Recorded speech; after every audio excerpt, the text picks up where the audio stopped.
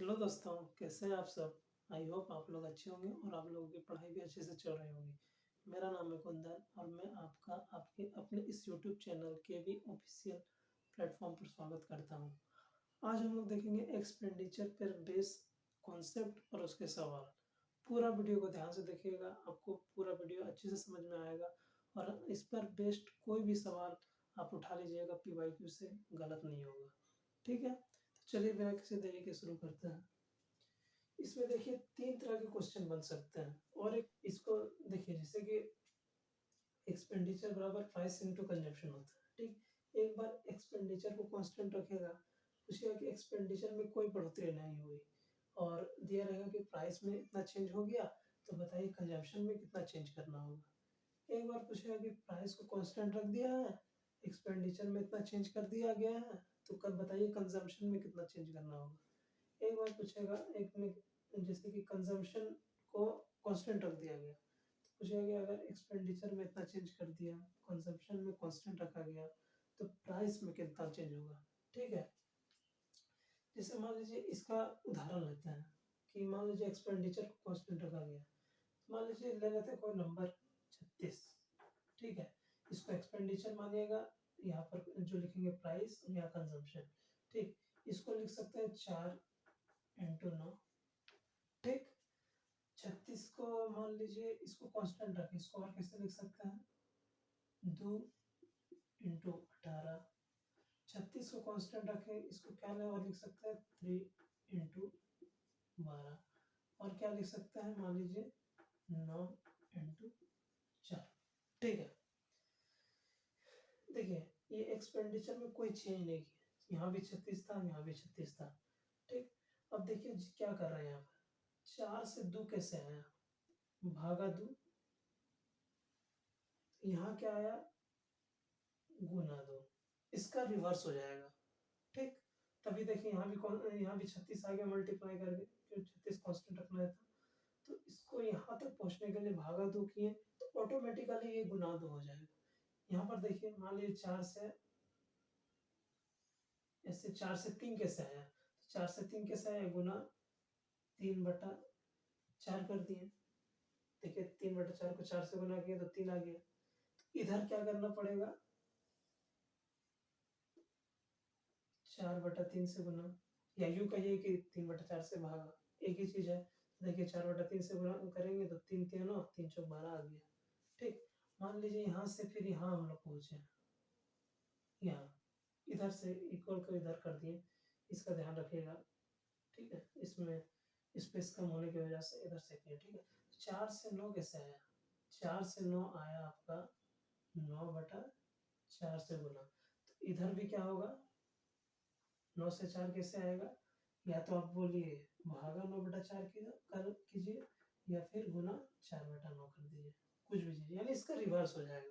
ठीक, तो देखिए एक चीज आप लोग नोटिस किए होंगे कि 4 से 9 हो गया, तो ये चीज 9 से 4 हो गया, उल्टा हो गया, 4 से 9 तो 9 पर 9 से 4 हो गया। ठीक, अब इसमें आते हैं जैसे कि प्राइस को कांस्टेंट रखा गया, तो प्राइस को कांस्टेंट रखा गया, तो मान लीजिए एक्सपेंडिचर को ले लेते हैं 36, प्राइस को ले लेते हैं 4 × 9। अब मान लीजिए एक्सपेंडिचर को बढ़ा दिया गया और 72 कर दिया गया, और ये हो गया आपका प्राइस को कांस्टेंट रखना है तो 4 × 18। ठीक, बोला जाएगा कि एक्सपेंडिचर में इतनी बढ़ोतरी की गई। ठीक, और बोला जाएगा कि प्राइस को कांस्टेंट रखा गया, तो बताइए कंजम्पशन में कितना चेंज हो गया, यानी हमको कंजम्पशन निकालना है कि 9 से 18 कैसे आया। ठीक, ये हमको निकालना है, ये दिया हुआ क्यों, क्योंकि कांस्टेंट है और ये इतना चेंज हो गया। ठीक, ये हमको निकालना कि यहाँ 9 कैसे आया और यहाँ 18 कैसे आया। ठीक, कंजम्पशन निकालना है, तो देखिए 9 कैसे आया, इधर आके ये 4 इधर आ गया, भागा 4, तो 9 आ गया, 4 इक्वल है, 4 इधर आ गया भागा हो गया, तो देखिए 18 हो गया। ठीक, इसमें है सेम इसी तरह इसमें भी है कि मान लीजिए इसको कंजम्पशन को कांस्टेंट रखा गया, मान लीजिए इसी को ले लीजिए 12 से 36 कर दिया गया मान लीजिए एक्सपेंडिचर को, और क्योंकि कंजम्पशन को कांस्टेंट रखना है और हम लोग को प्राइस में बताना है कि कितना चेंज होगा, तो मान लीजिए यहाँ पर 3 × 4, अब देखिए कंजम्पशन का कांस्टेंट 4 को 4 ही रखना पड़ेगा, तो यहाँ आ गया 9। तो हमको पता करना है कि यहाँ 3 कैसा है और 9 कैसा है। सेम इसी तरह 4 इधर आएगा तो बटा 4, तो 3 आ गया, 4 इधर आया बटा में 9 आ गया। ठीक है, ये मेन था, ये कॉन्सेप्ट था। जस्ट एक नंबर को लिए और उस पे बेसिस सारा जो ये एक्सप्लेनेशन था वो क्लियर हो गया। ठीक, इसका आप लोग एक बार स्क्रीनशॉट ले लीजिएगा। ठीक है, आगे मैं एक एग्जांपल के तौर पर बताऊंगा कि कैसे क्या हो रहा है। ठीक है, एक बार स्क्रीनशॉट ले लीजिए इसका।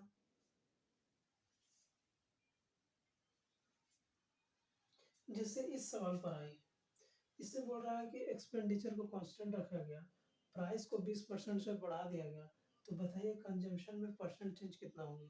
ठीक है, जैसे कि एक्सपेंडिचर हो गया या प्राइस इनटू कंजम्पशन।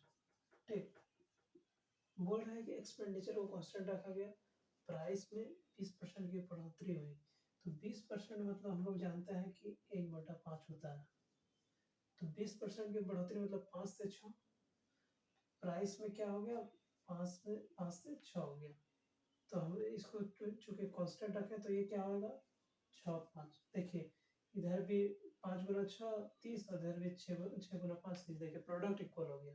ठीक, तो कंजम्पशन में चेंज बता रहा है कितना का चेंज होगा, -1 कम गया कितना पे 6 पे, तो कितना हो गया 66.66% कमी हो गई। ठीक,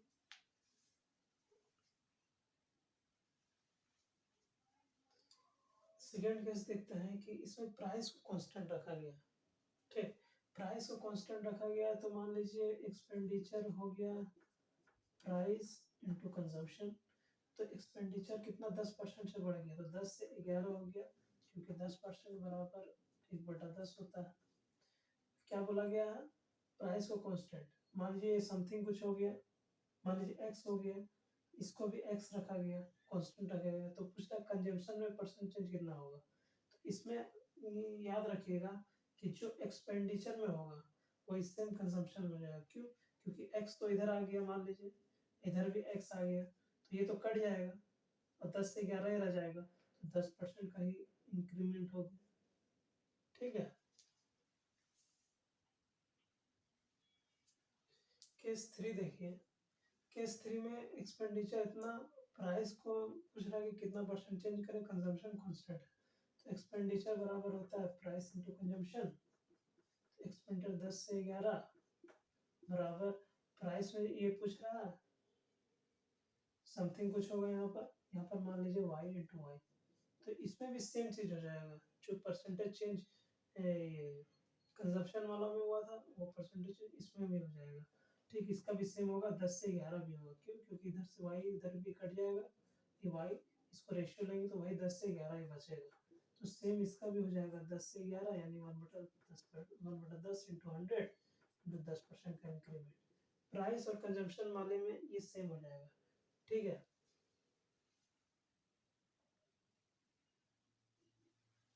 ये वाला देखिए, ये वाला थोड़ा इम्पोर्टेंट हो जाता है, क्योंकि देखिए इसमें क्या बोल रहा है कि एक्सपेंडिचर बराबर प्राइस इंटू कंजम्पशन हो गया, एक्सपेंडिचर को 5 से 6 किया। ठीक, 20% बराबर 1/5, 30% बराबर 3/10। ठीक है, दोनों में इंक्रीमेंट हो रहा। प्राइस में भी बोल रहा है कितना 10 से 13।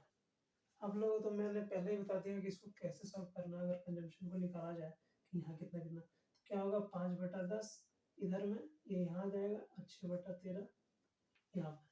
लेकिन ये आप लोगों को थोड़ा ये लगा कि इतना से इतना रेशियो निकालना है, तो थोड़ा इसमें टाइम लग जाएगा। इस केस में क्या करेंगे, जब सिंपल हो जाएगा तो ठीक है, कट गया तो कोई दिक्कत नहीं, डायरेक्ट एक इंटेजर आ जाएगा। लेकिन जब इस तरह का फ्रैक्शन वाला मतलब फ्रैक्शन वाला जो बैरियर क्रिएट करेगा, तो उस केस में क्या कीजिएगा देखते हैं, चलिए।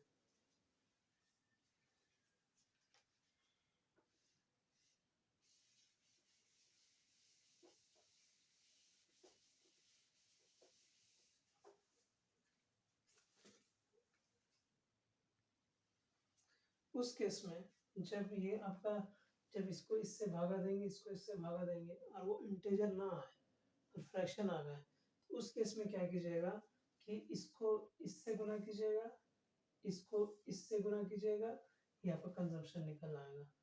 मान लीजिए अगर कंजम्पशन ही दिया है और प्राइस पूछे तो सेम चीज क्या कीजिएगा, इसको y से गुना कीजिएगा, ठीक है, इसको y से गुना कीजिएगा और m को x से गुना कीजिएगा, आपका l/m या जो पूछे r/s निकल जाएगा और यहाँ l/m निकल जाएगा। ओके,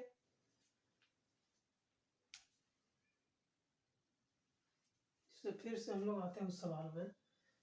बोला था कि एक्सपेंडिचर को 20% से बढ़ाया, तो 5 से 6 हो गया, प्राइस को भी 10 से 13 हो गया 30% से बढ़ाने पर।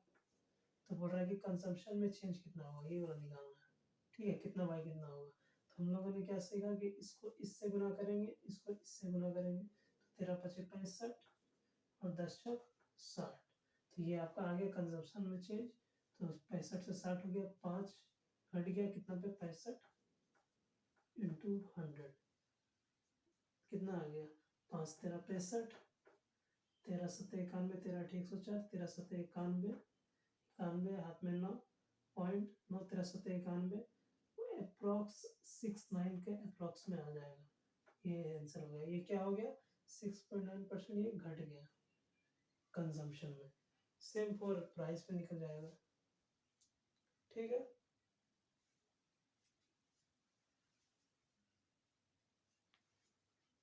जैसे इस सवाल को देखिए, इसमें बोला जा रहा है कि पेट्रोल की कीमत 15% से बढ़ गई, वाहन मालिक को खपत कितनी कम करनी होगी ताकि व्यय में वृद्धि ना हो, ठीक है।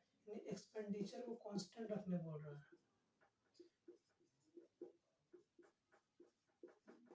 ठीक, एक्सपेंडिचर को कांस्टेंट रखना पड़ रहा है। कीमत में 15% की वृद्धि हुई, यानी 15% बराबर होता है 3/20, ओके। तो 20 से 23 हो गया क्या कीमत, तो 20 से 23 हो गया। एक्सपेंडिचर को कांस्टेंट रखना है, तो हम लोगों ने क्या किया, तो ये कंजम्पशन कितना हो जाएगा, 23 से 20 रिवर्स हो जाएगा, कितना कम हो गया, 3 कितना में 23 में इंटू 100, ये इसका आंसर हो जाएगा 300/23। 23 से कम 23, 7 23 69, हाथ में 1 0,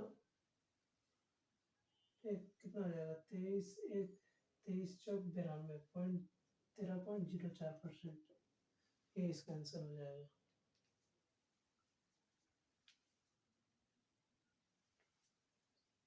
जैसे इस सवाल में ध्यान दीजिएगा, इसमें बोल रहा है कि कीमत 20% से बढ़ गई और व्यक्ति ने व्यय में केवल 8% की बढ़ोतरी करना चाहता है, तो बोलता है कि खपत में कितने परसेंट की कमी करनी होगी। तो व्यय में 8% की बढ़ोतरी, 8% बराबर क्या होता है, 4 दूनी 8, 4 25 से 100, 25 से 27 हो गया क्या एक्सपेंडिचर। और क्या बोल रहा है कि व्यय तो बढ़ा दिया, कीमत में 20% बढ़ाना पड़ेगा। तो 20% बराबर क्या होता है, 20% बराबर 1/5, 5 से 6। तो बोल रहा है कि खपत में कितने परसेंट की कमी करनी होगी। तो खपत में हम लोग ने क्या सीखा कि इसको इससे गुना करते हैं, इसको इससे गुना करते हैं, तो 25 चौक 150 हो गया, यहाँ कर लेते हैं 25 चौक 150, और ये 5 7 35 के 5 और 15 3 15 10 3 13। तो ये हमारा खपत आ गई। खपत में क्या चेंज हुआ वो देखना है। 35 15 की कमी हुई 150 में इंटू 100 बराबर 10% डिक्रीज हुआ। एक और टाइम देख लीजिए जिसमें कि प्राइस और कंजम्पशन दोनों गिवन होगा, उसमें एक्सपेंडिचर में चेंज कितना होगा वो पूछेगा कि जिससे वस्तु की कीमत में 25% की वृद्धि हुई, खपत में 12.5% की कमी हुई, तो बताइए कि व्यय में कितना प्रतिशत की मतलब कितना प्रतिशत परिवर्तन हुआ, ठीक है। तो जैसे 25% बराबर 1/4 और 12.5% बराबर 1/8 क्या है, हमें पता है कि एक्सपेंडिचर बराबर प्राइस इंटू कंजम्पशन होता है। प्राइस में चेंज हुआ है 4 से 5, कंजम्पशन में 8 से 7, तो एक्सपेंडिचर में चेंज पूछ रहा है, तो 8 चौक 32 यहाँ और 7 पचे 35। तो यहाँ 32 से 35 हो गया, यानी 3 की बढ़ोतरी हुई। कितना पे? 3 32 पे इंटू 100, 300/32%। कितना हो जाएगा?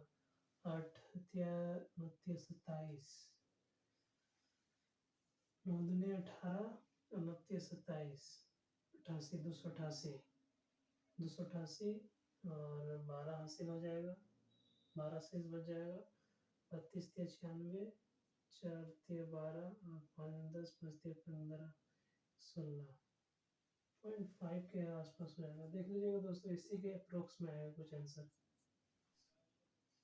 4 आ जाएगा। ठीक है, 9.4 आवर्स, थोड़ा कम होगा बट ओवरऑल अगर निकाले तो 9.4% ये इंक्रीमेंट हो। ठीक है, ओवरऑल है। आशा करता हूँ आज का वीडियो आपको पसंद आया होगा। इस तरह के और भी अच्छे अच्छे कॉन्सेप्ट सीखने के लिए मेरे इस चैनल को सब्सक्राइब कर लीजिए और लाइक कर दीजिए और दोस्तों के साथ शेयर ज़रूर कीजिएगा। तो चलिए मिलते हैं अगले वीडियो में एक नए कॉन्सेप्ट के साथ। तब तक के लिए मुझे दीजिए इजाज़त। तब तक के लिए जय हिंद, गुड बाय।